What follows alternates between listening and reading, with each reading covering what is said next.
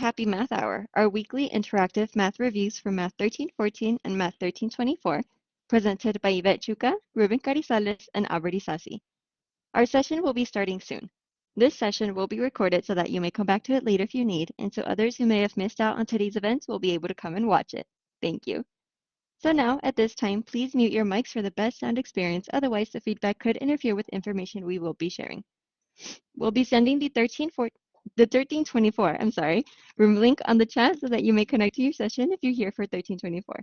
Ms. Patricia will be sending messages to everyone to gather your student ID numbers to sign you in. Without further ado, I'll pass it on to our presenter so that we may begin.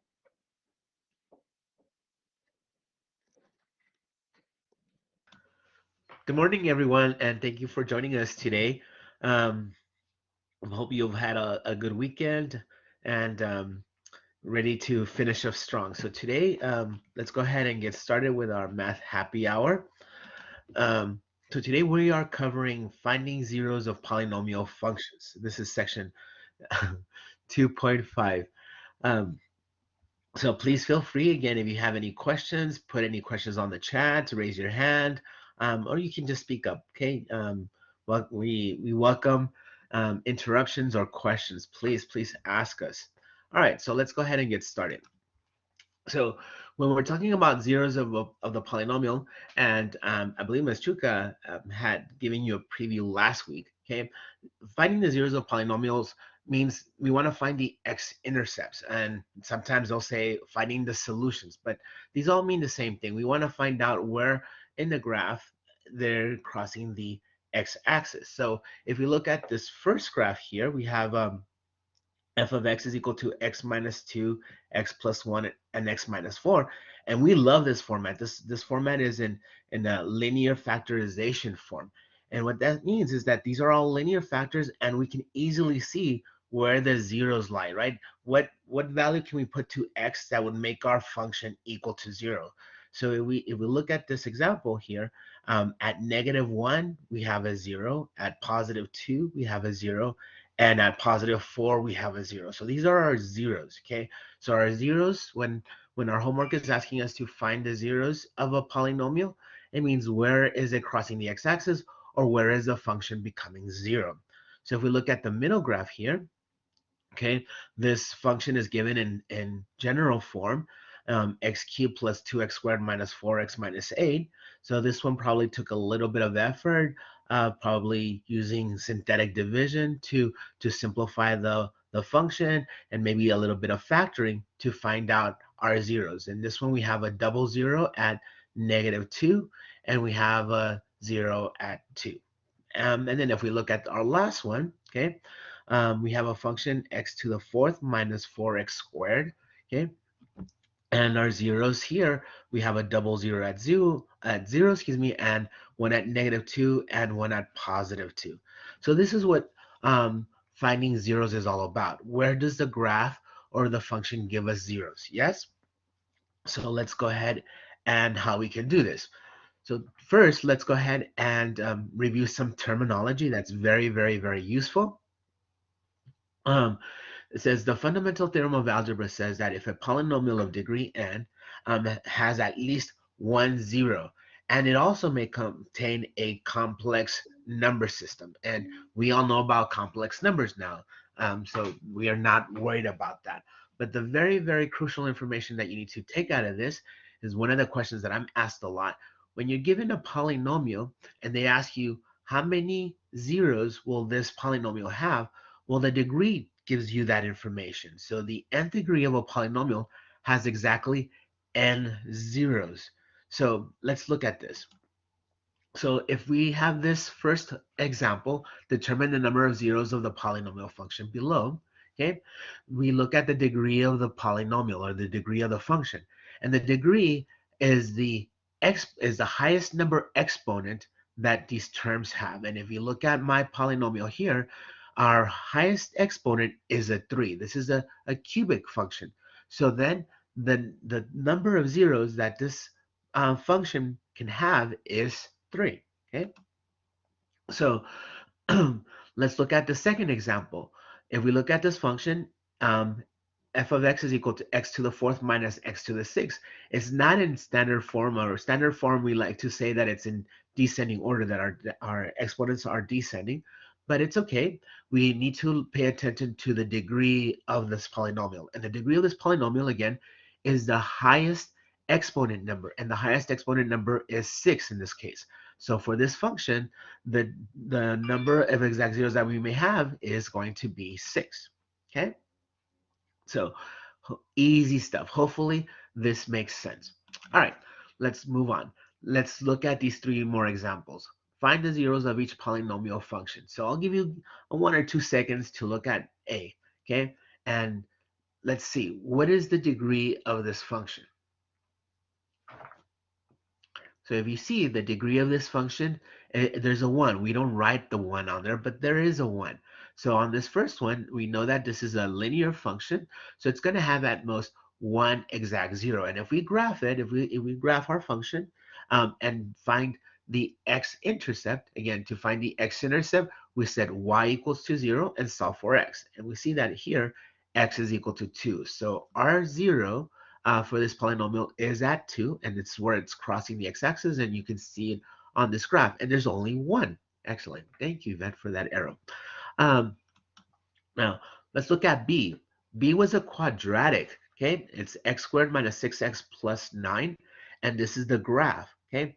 It touches the x-axis, so we say here at this point, we have a double zero, okay? And I can't see the number, but I believe that's supposed to be a 3, right? That's 0, 3, okay? So we have a double zero at 3. And how many zeros can this polynomial have? The degree is 2, so I should have at most 2 zeros, okay? How about C? Let's look at C. Oh, no, let's solve it algebraically for B.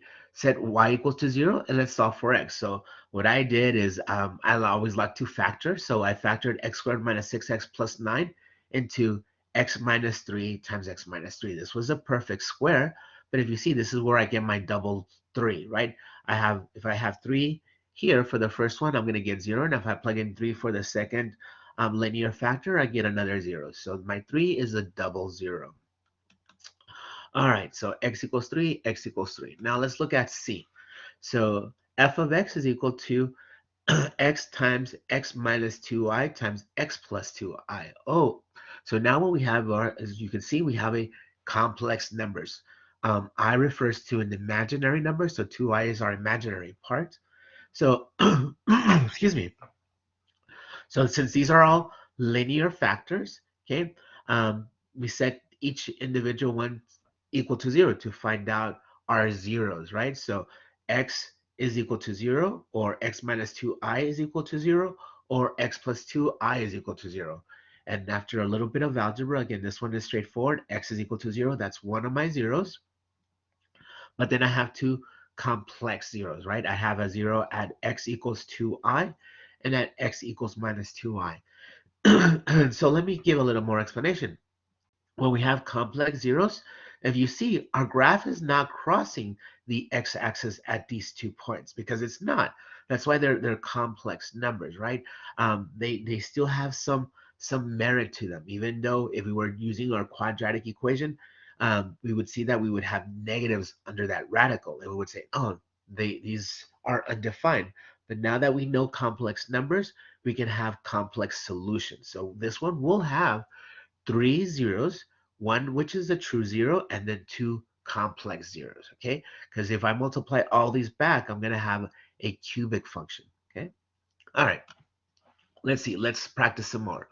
Find the zeros of the polynomial function given that x equals 4 is a 0.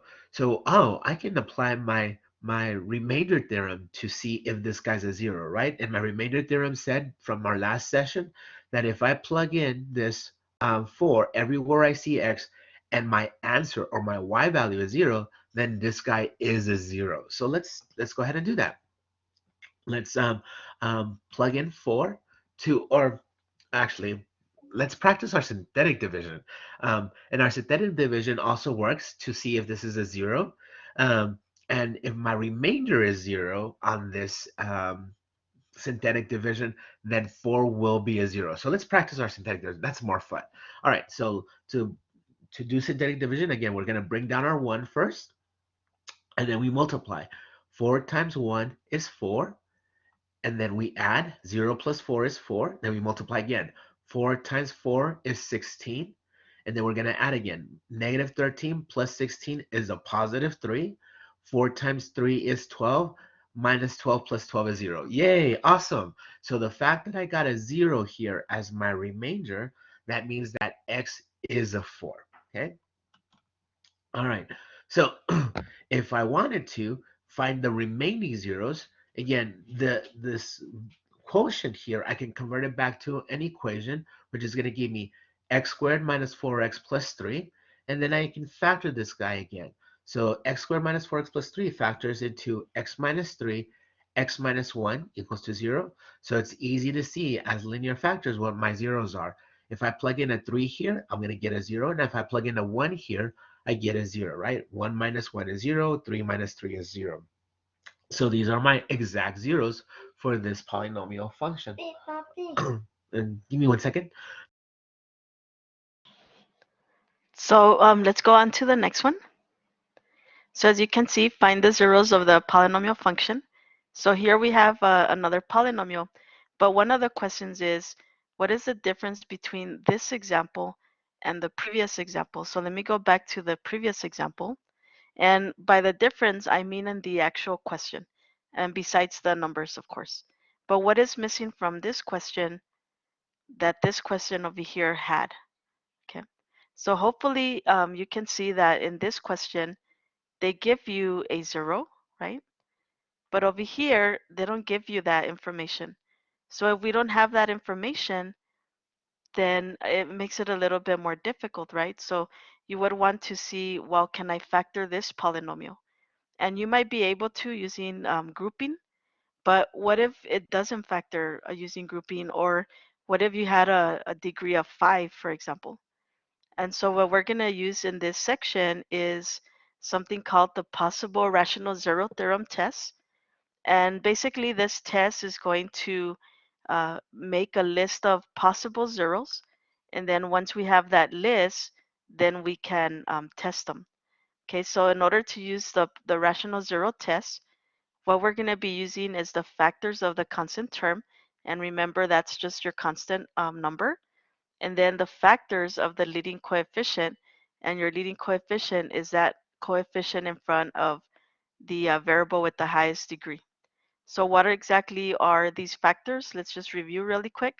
So the factors are just numbers that can divide 8. So for example here, 1 times 8 gives you 8. 2 times 4 gives you 8. So the factors are 1, 2, 4, and 8. And then for 24, we have 1, 24, 2, 12, 3, 8, and 4, 6. Those are all factors.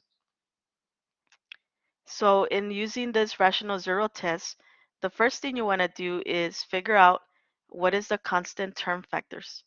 So here, the factor term factors for -9. So this is our factor here, -9.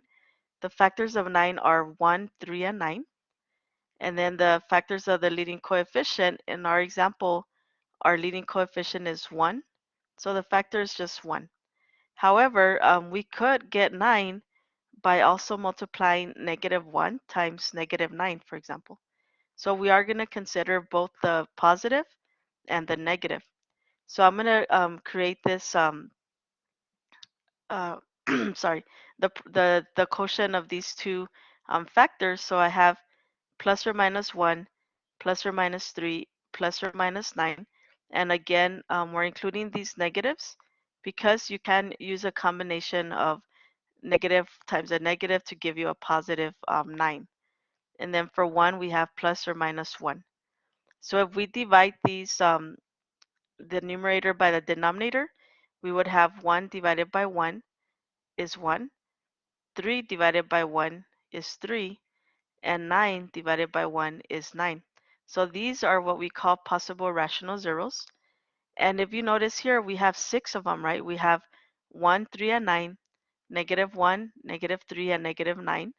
So now we only have to worry about these six numbers instead of infinite amount of numbers. Okay, so these are what we call the possible rational zeros. And Ms. Morales, you have a question? Go ahead. Yes, I think you need to scroll down a little bit. We can't see what the other numbers are. What is the last thing you see down here? It says possible rational zeros plus or minus 1, plus or minus 3, and plus or minus 9 over plus or minus 1. Okay. So you don't see the big uh, letters that say possible rational zeros? No. Okay, let's see. You might want to. I'm sorry. You just want to zoom out because your screen you don't affect us. So there is a full screen there, but you can zoom in and out. If you see, if Miss Chica can show you on the top of your screen, there's a Okay. magnifying glass with a minus and a plus, and you can zoom in and out. Okay, thank you. Yeah, you're welcome.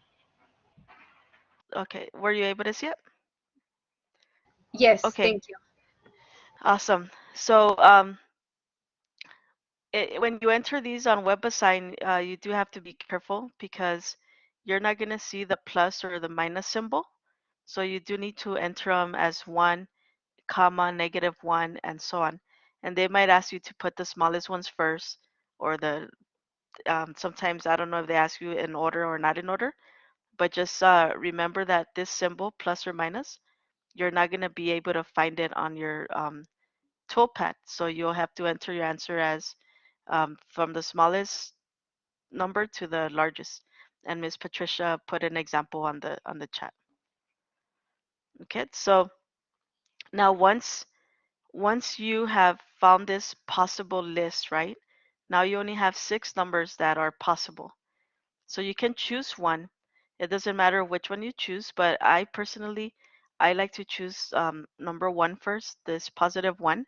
And if 1 doesn't give me a 0, then I go with -1. And then I make my way down the list. So I am going to use synthetic division since it wants to find all the real zeros. You could use the remainder theorem to check if 1 is a 0, but if it is a 0, then you still have to find the rest of the zeros. So I just go ahead and use synthetic division for that reason. So I have x cubed, my coefficient is 1, x squared, my coefficient is 1, -9, and -9.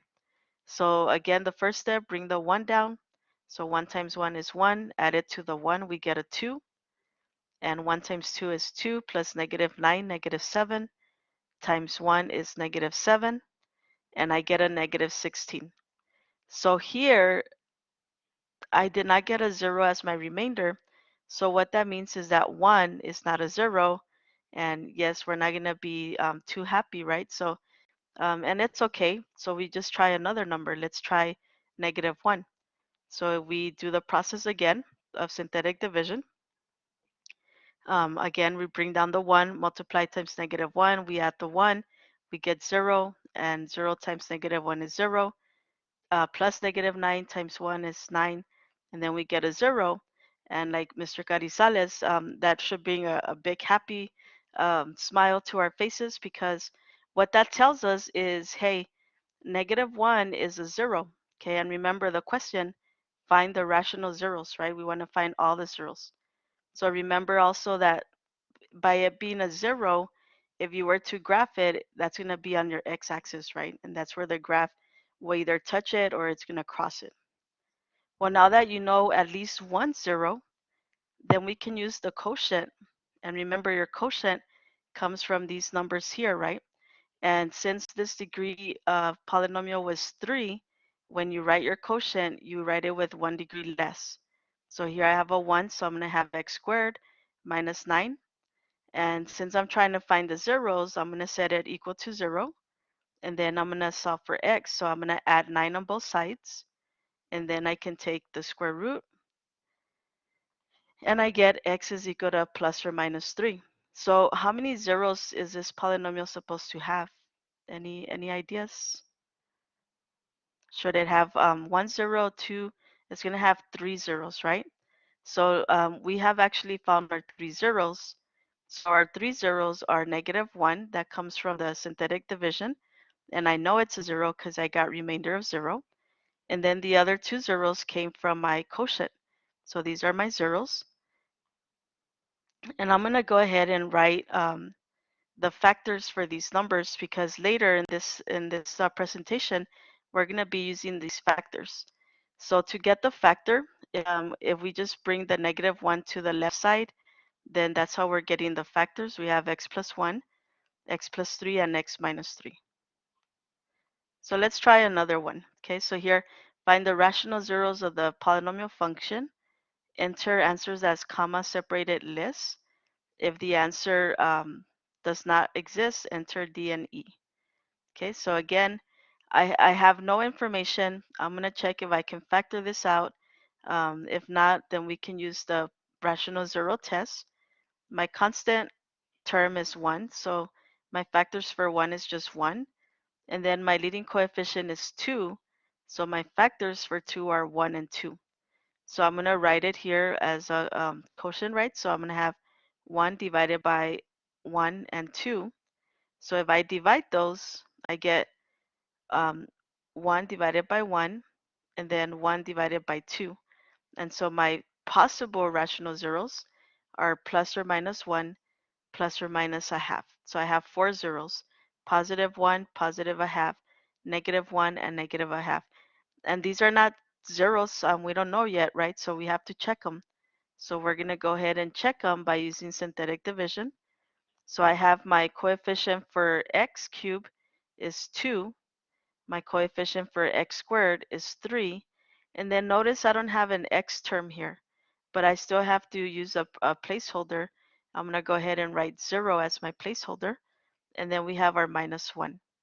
So if we apply the synthetic division, we bring the 2 down. Times 1 is 2. 3 plus 2 is 5. Multiply 5 times 1. 5 plus 0 is 5. 5 times 1 is 4. So this is not a 0. Yeah, so it's a sad face, right? But let's try -1. Let's see, hopefully that one works, right? So -1 times 2 is -2 plus 3 is 1. 1 times -1 is -1. And -1 times -1 is 0. And so that's going to make us happy. But we still need to find all the zeros, so we have to get our quotient. So again, the degree was 3. That means that when you start your quotient, it's going to be 1 degree less. So my coefficient is here is 2x squared plus x minus 1. And notice that this is quadratic, right? So any time that you get something that's quadratic, that is a great thing because you have options to get the factors and to solve, right? You can use factoring maybe. Again, not everything is factorable. So factoring doesn't always work, but that is one possible option. If factoring doesn't work, then you can use the quadratic formula. And so anytime you have a polynomial with a degree greater than 2, then by using synthetic division, we can break it down until we get something that's quadratic. Once it's quadratic, then we can try to use any of the methods to solve for it. I only listed 2, right? I said factoring or quadratic formula, but you have other methods. You have completing the square. Maybe you could use a square root property. And so in this example, this does factor. Okay, so we can factor and set it equal to 0, each factor. And then we get 2x minus 1 equals 0, and x plus 1 is equal to 0. So if we solve for x, then we get x is equal to a half, and x is equal to -1. Okay, so these are our zeros, right? And so let's check if we found all of our zeros. And again, our degree is 3. So we need to have 3 zeros, which are -1, a half, and -1. But the problem doesn't ask me to do this, but I'm going to go ahead and just do it really quick because we'll use it later in this presentation. Notice here that -1 and -1 is repeated. So it's the same zeros. So some of us might think, well, we really only have 2 zeros because they're repeated. but repeated zeros still count as the total number of zeros. So you do still have 3 zeros. But since it's repeated an even number of times, then when you graph this, is the graph going to touch or is it going to cross? And we had that discussion from section 2.2, right? So anybody remember if the graph is going to cross or touch? So it's going to touch and turn, right? Yes, so it touches if it's even and it crosses if it's odd. So it's going to touch at -1 and it's going to cross at a half. Okay. Oh, and I had already put it here. She went with mama. Okay, so let's try the next one. So we have find the rational zeros of polynomial function. And this one has different ways of solving this, right? You don't always have to use the possible zeros and then use the you could also and then use synthetic division. At the beginning, if you're able to factor, then you can do that because it's going to save you time. And so just so that you can see the two differences here, I'm going to show you both ways, but I'm going to start with synthetic division because sometimes we like to stick with one method and use that for everything, and that's perfectly fine. But then some of us like to actually we might consider which method is quicker, and then we go with that method. So I'm going to do both here. I'll start with synthetic division. So the rational zero test, I have no constant here, right? So the constant is really 0. So my constant is 0 here. And then my leading coefficient is going to be 1. So that's my only factor. So if I divide these, 0 divided by 1 is going to be 0. So I'm going to test if 0 is a rational 0. Okay, so let's try it out. So I have -1 for my 6. I have this would have been the 5th power, 4th power, 3rd power, and then I have a 1 for the square. And then this would have been the x term and my constant. So if I bring down the information and we completing the square, then we end up with this here. Okay. But that's not very helpful yet because we have a t to the 5, right? So if we start the process again, if I divide by 0, then I break it all the way down and now it's t to the 4th. And so here, t to the 4th, well, this might be factorable, which it is. I can factor it in this way. And then I can solve for each factor. -2 t squared minus 1 equals 0 and t squared minus 1 equals 0. So for this one, I add 1 on both sides and divide by negative, take the square root, and I end up with t is equal to plus or minus. Remember, the square root of -1 comes out as I. And then on the right side, if I add 1 and take the square root, I get plus or minus 1. So this is going to give me my zeros, which were t equals 0 from the first synthetic, t equals 0 from the second synthetic division, t equals 1 right here, and t equals -1. T is equal to I, and then t is equal to -I. So I have 6 zeros, and my degree is 6. Okay. So this is one way to do it where you're still using synthetic division. But notice from the beginning, if you notice here, they both have t squared in common, so you can factor out a t squared. And if you do that, then we end up with t squared parentheses 1 minus t to the 4th is equal to 0. I set my two factors equal to 0. So if I solve for t here and take the square root of t on both sides, I get t is equal to 0. And then on this side is what we did earlier, right? So you get the plus or minus I and the plus or minus 1. So when we list our zeros, just be careful because although we only see 1 0 here, we know that it appears twice because of this square power. The square tells us that it's going to appear twice. And so again, you can try either to do it by factoring or you can stick with the process of finding the possible zeros and then testing them and then getting an answer for that. My role for myself is always I'm going to try to factor, and if I can't factor it in a minute or so, then I'm going to move on to a different method. And the only reason is because it might not be factorable.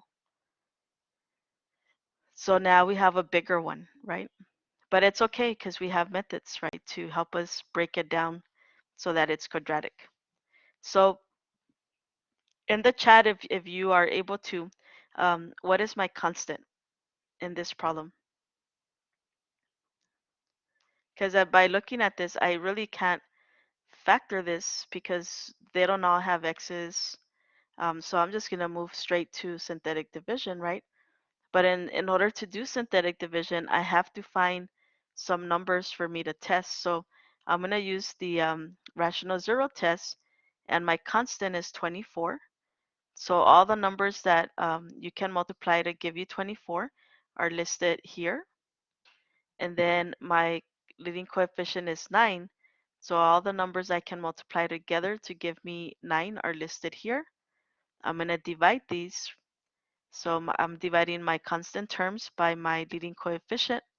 So I'm going to have 1 divided by 1, 2 divided by 1, 3 divided by 1, 4 divided by 1, 6 divided by 1, 8, 12, and 24 divided by 1. Then I have to start with the 3. So I'm going to have 1 divided by 3, 2 divided by 3, 3 divided by 3 is 1, which we already used, and then 4 divided by 3, and so on. And so what we end up with is all of these numbers, right? So again, 1 divided by 9 is 1/9, 2 divided by 9 is 2/9, 3 divided by 9 is a third, but we already used it over here, so I don't have to write it twice. And you would do the same thing for each of these numbers. And so this is our list, which looks pretty big, but it's okay. We start with the number 1, if that's what you want to use, right? So I went ahead and worked that out already. So hopefully we have our synthetic division, the process of how that works down. So I just went ahead and wrote it down. So is 1 a 0? Or is it not a 0? And how do we know? So my remainder is 30. So this is not a 0. That means that 1 is not a 0. So that didn't work. Okay. So then let's try -2. And I probably tried -1 already and it didn't work. So I'm assuming that I had already tried it. So let's go to -2 and try this, right? So if I keep multiplying, then this one works. Okay, so x equals -2 is a 0 of the polynomial. All right, so let's see. So if x equals -2 is a 0, that's going to make me happy because at least I know that I'm on track here. I can use my quotient. And so if we write our quotient down, we get 9x cubed minus 27x squared minus 4x plus 12.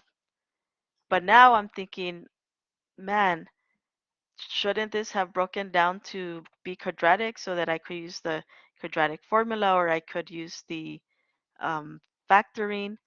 You could probably factor here. It looks like you might be able to by using grouping. So I encourage you to try the grouping. If you don't want to try the grouping, it's okay. So we just start the process again. Since we started with degree 4, then we ended up with degree 3, right? So now we can do the same thing. We're going to take the possible zeros. So for 12, we get these factors. For 9, we get these factors. So then I create my possible zeros. And I'm going to try 3. So just so that you know, I probably had already tried 1 and 2. And then I just went ahead and jumped to 3. But normally I start with 1. Then I go to -1 and I go down the list. But I'm going to go ahead and skip to the 3. So if we work this out, then we're going to end up with 0. Okay, so that's great. Now we can get the quotient. Since we start a cube here, we're going to start with x squared. So I have 9x squared. There's no x term, and -4. So now we're here. And now I can see that this is quadratic. Since this is quadratic, that means I can either factor, I can use the quadratic formula. This problem itself is set up so that I can use the square root property. So I'm going to go ahead and continue, and I'm going to use the square root property. So I can add 4 on both sides, divide by 9, and I get x squared equals 4/9. Take the square root on both sides, and so we end up with x equals plus or minus 2/3.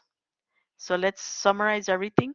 And so we have our first 0 was -2, and then our second 0 was 3, and then the last 2 zeros come from the quotient here. So these are my 3 zeros. And then just because we're practicing the factors, to get the factors, again, we're just moving the -2 to the left side, and so these are our factors. And so that would be all of our zeros. But what is the point of that, right? Like, why do we want to just find the zeros? So the point is that we're going to put everything that you've learned in chapter 2 to create a graph of the polynomial function.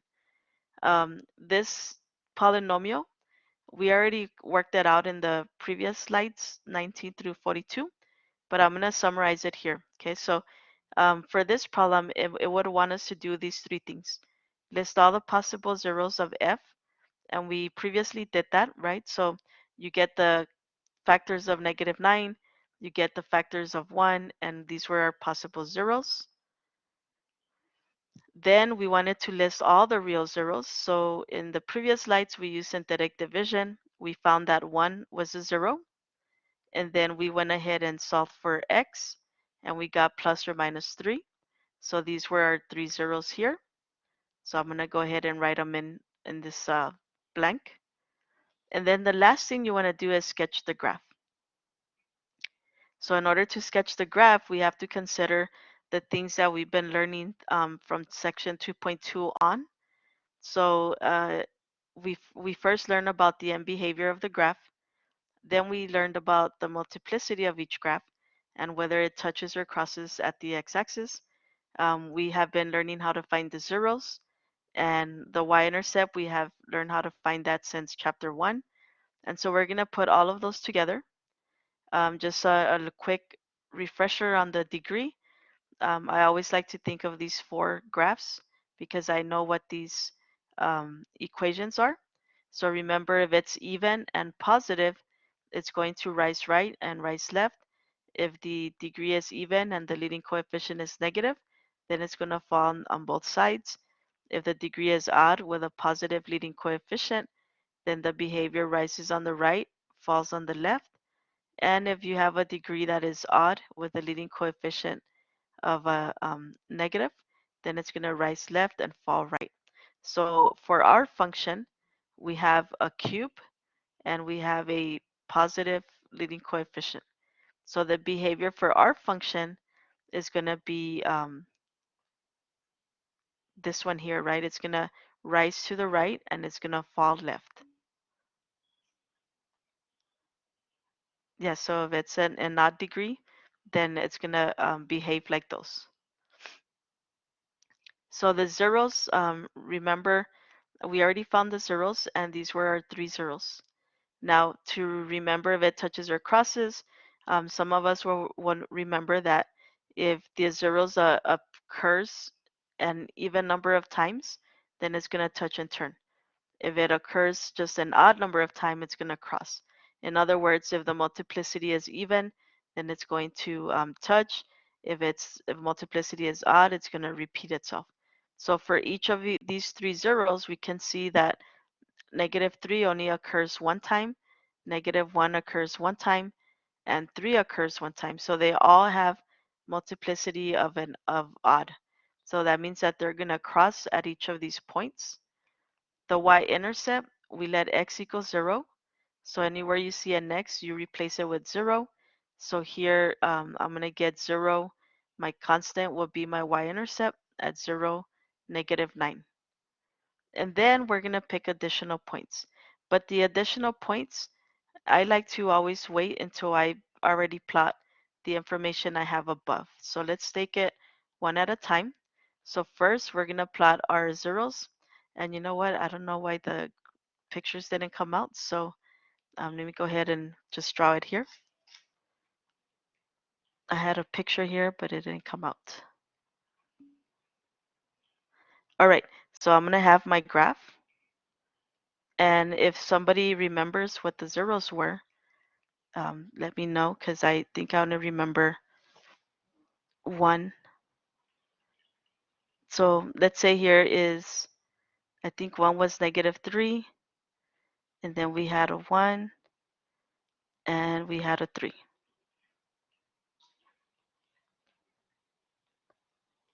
Okay, pen. Sorry, let me get my pen out. Oh, that went away. Okay, thank you. Okay. All right, so the next one was 3. So that is the first thing that you want to do. Then at these zeros here, we're gonna apply our end behavior. So our end behavior here, what was our end behavior? The graph was going to do what? Rise to the right and fall to the left. So what I like to do for that part is I like to go to my last zero here, and I know that my graph is going to rise and it's going to cross at this point, right? Because that's what we decided. And then on this side, it's going to fall, and I know that it's crossing, so I just make it a little bit higher. So what we're missing now is, oh, and then my y-intercept, what was my y-intercept, Ruben? I don't remember. Was it a -9 or +9? -9, okay. So our y-intercept is down here. So you also want to plot your y-intercept. So we need to see what is the graph going to do right in the middle. Okay, so what is the graph going to do in here? Is it going to go up and down, or how far down and how far up? So this is where having extra points is going to be important, okay? So let me keep going on the slides. We're not finished with our graph, but we'll be there. So I'm going to pick extra points. So I picked -2 and 1. So let me go back. I picked -2 since I want to know what happens right here, right? And then I picked, what was the other one that I chose? F of 1, okay? So if we keep going, and F of 2 actually. So if we keep going, we see that if you plug in a -2 into the equation, you get 5. And if you plug in the F of 2, you get a -15. So if we plot those points, then we can see what our graph is going to look like. Okay. So I do apologize. The picture should have came up when I was doing it, but it didn't come up. So, and I can show you. Actually, let me just show you.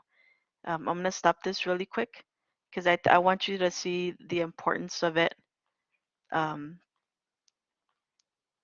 So let me go. Let me know if you can see my screen, which I see that you can now. So let me see. Actually, let me look at the PowerPoint.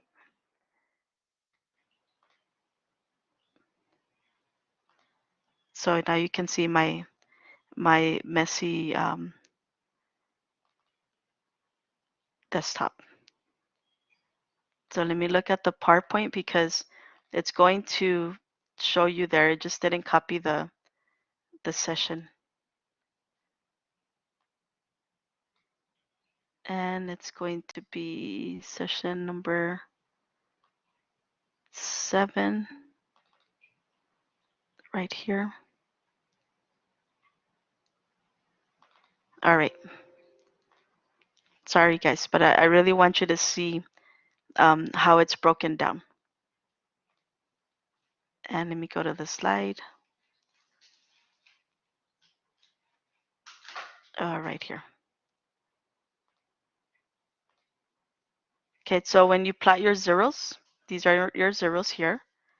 and then we apply the end behavior, right? So I know that it's going to cross at this point and it's rising. So I just made my little mark go through it. And then I know it's going to cross over here and it's falling. Okay, so here's my y-intercept down here. And when I plot get -2, then my result was 5. So it's up here. And when I plot 1, my result was -16. So it's going to be down here. And when I use 2, then I get -15. So now I can connect these dots. So if I connect them, then this would be our graph, right? So this is my sketch, but the computer sketch then looks like this. It's a lot prettier. But the point is, um, the process of graphing it, again, I always like to just kind of draw what I know, and then that helps me determine which additional points we're going to have, okay? Any questions on that one? So I'm going to go back to Blackboard so we can go back to the presentation over there. And so in the meantime, you guys can think if you have any questions. All right. So we're on slide. So you probably like, this is probably the only presentation that ever has more than 100 slides. But the reason it has so many slides is because for each slide I do, it's an animation basically. All right, so let's keep going. We were on slide.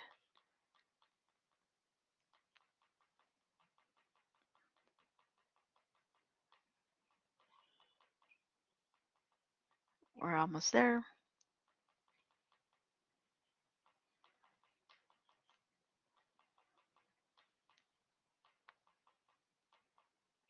Okay, so here is our graph. Oh, now they came. Oh no, that was what I drew on. I was like, now it came out. All right, so now we're at this last point. So the rest of the slides are gonna be how do we get this polynomial function? Okay, so they tell you that you have these zeros and they want you to find the actual function. So when we've been working with these problems, we usually had a quotient, we did some work, and then we ended up with these two zeros. And so we want to end up with, our goal is going to be to find a polynomial that looks like something like this. Okay, so in order to do that, you want to take, notice here of your zeros, you have x equals 3, x equals -4i. Since you have a complex zero, then your zeros are always going to have its conjugate also become a zero. So the conjugate of x equals -4i is x equals 4i. Notice they didn't give me this in the problem, but automatically, since you have an imaginary number here, its conjugate is also a 0. So now I have 3 zeros, so I know that my degree is going to be 3. So the first thing you want to do is list the factors. So you have x equals 3. The factor for that is x minus 3. X equals -4i. The factor is x plus 4i. And then x equals 4i. The factor is x minus 4i. So we're going to write these factors and the set it up as a function. So I have f of x is equal to some number, which I don't know, right? Eventually, we want to know what this leading coefficient will be. And then I have my 3 factors. So we're going to multiply the 3 factors. And I personally like to start with the imaginary numbers, but you could start off with any of these factors. So I'm going to multiply x times x times -4i, times x, and 4i times -4i. So when I multiply that out, I end up with x squared minus 4ix plus 4ix minus 16i squared. In doing this, I'm going to be able to eliminate these middle terms because -4ix plus 4ix is going to be a 0. So if we simplify, we get an parentheses x minus 3 x squared minus 16i squared. So I still have this imaginary number involved, But what do we know about I squared? Anybody remember what I squared is equal to? So if you were thinking -1, then that is correct. I squared is the same as -1. And so if I substitute it in here and simplify, then I end up with x squared plus 16. So now I have my two parentheses left, so I can multiply these out. So we're going to distribute this. We're going to FOIL, as some of you are familiar with FOIL. But basically, we're multiplying everything times everything. And we end up with x cubed plus 16x minus 3x squared minus 48. If we simplify further, then we have x cubed minus 3x squared plus 16x minus 48. So now the problem is, what is an? Okay, so if they don't give you any more information here in the question, then for an we could assume that it's going to be a 1. So I'm going to replace it with a 1. And so this would be my polynomial. But later you're going to see that they give you more information so that you can actually find what this leading coefficient is. And I believe my next example is going to show us that. But let's check. Yes, so notice here they tell you it's a degree 4. They give you some zeros, but now they give you this solution point. So this is that extra thing that is going to help you to find out what an is. Okay. Before I move on, is there any questions on this process here? Okay, let's try the second one. So here I know what my degree is. First thing, I want to list my zeros. So I have x equals -4, x equals 1, x equals I. Since I have an imaginary number I, then automatically my conjugate is -I. Okay, and now I have my 4 zeros, which match to my degree of 4, right? So now I can get the factors. So this would be x plus 4, x minus 1, x minus I, and x plus I. I can write them as a linear product of factors, and then I can multiply. So I'm going to start with these imaginary numbers here on the right side. So I get x times x squared, x times ix, negative I times x, negative ix, negative I times I is negative I squared. And you could skip this process if you remember the shortcut when you multiply conjugates. Okay, so we showed you that shortcut in the last I think it was like 2 sessions ago. But if not, you can always just multiply it out. So here the ix and the negative ix is 0, and you're left with x squared minus I squared. Well, I know that I squared is a -1, so I have x squared minus a -1. Everything on the left side, it hasn't changed, so I just leave it there. And then negative is a positive. So now I have 3 factors. So I'm going to multiply these out. So I'm going to multiply x times x squared is x cubed, x times 1 is x, -1 times x squared is negative x squared, -1 times 1 is -1. And then I'm going to go ahead and multiply it times x plus 4. So this becomes really, really long, but it's okay, right? So again, this information just came from multiplying x times this, x times that, x times that, and x times that, and then this times this, and so on. So I heard this from another instructor. He was saying that he tells his students, if you go to a party and this is the people that are already in the party, and this is you and let's say your kid or something.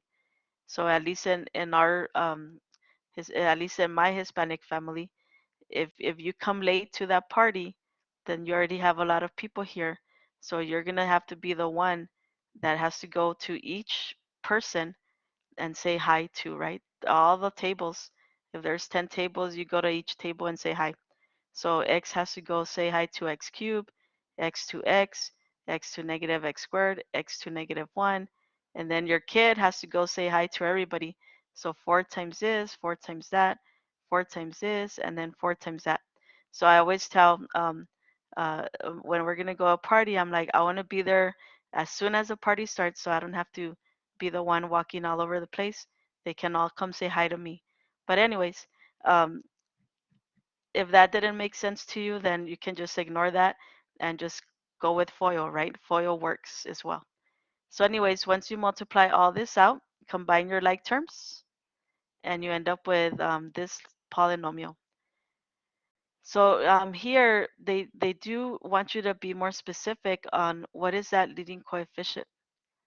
So if you look at your solution point, 0 is representing x or y, and -8 represents x or y. So that is the question, right? So 0 is representing our x, and -8 represents our y. So we can substitute that information. For f of x, my result is -8. And for all my x's here, I'm going to replace them with zeros. So here's all my zeros. And the only thing I'm going to have left here when I simplify is -4. I can divide by -4, and I end up with 2. So here they're telling me that my leading coefficient is the number 2. So I'm going to plug that back in. Here's my 2. And the last step is for me to just distribute the 2 all the way to throughout the problem here. So 2 is going to go distribute inside, and then we end up with this polynomial. Okay. So now if he was really late to the party. So now that he said hi to everybody, then this is our final answer. And if you were to find the zeros of this, like if you find the process again where you get the factors of this number and the factors of this, and you use synthetic division and you do all of that, then you should end up with these 4 zeros. Okay, so that is one way to check your work here, is just find the zeros to see if this is what you got. But that is the last slide that we had, 144 slides. But this is everything that you did from 2.2 all the way to 2.5, and then we brought it all together so that we could connect them. Okay, so next week if there's any questions, please let us know. If not, then I'm gonna hand it over so that they can to our wonderful tutoring and staff members, so they can project what we're gonna be covering next week, and take it away. Thank you, Ms. Chica. Thank you, Mr. Carizales, for your wonderful presentation.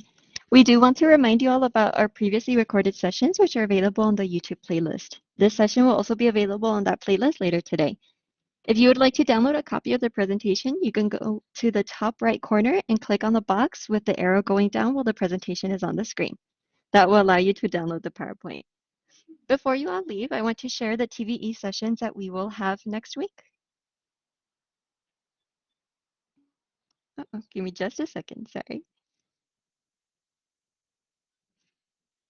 There we go. Okay, so for October 14th, next week at 11 a.m., we will be back with the Exam 2 review.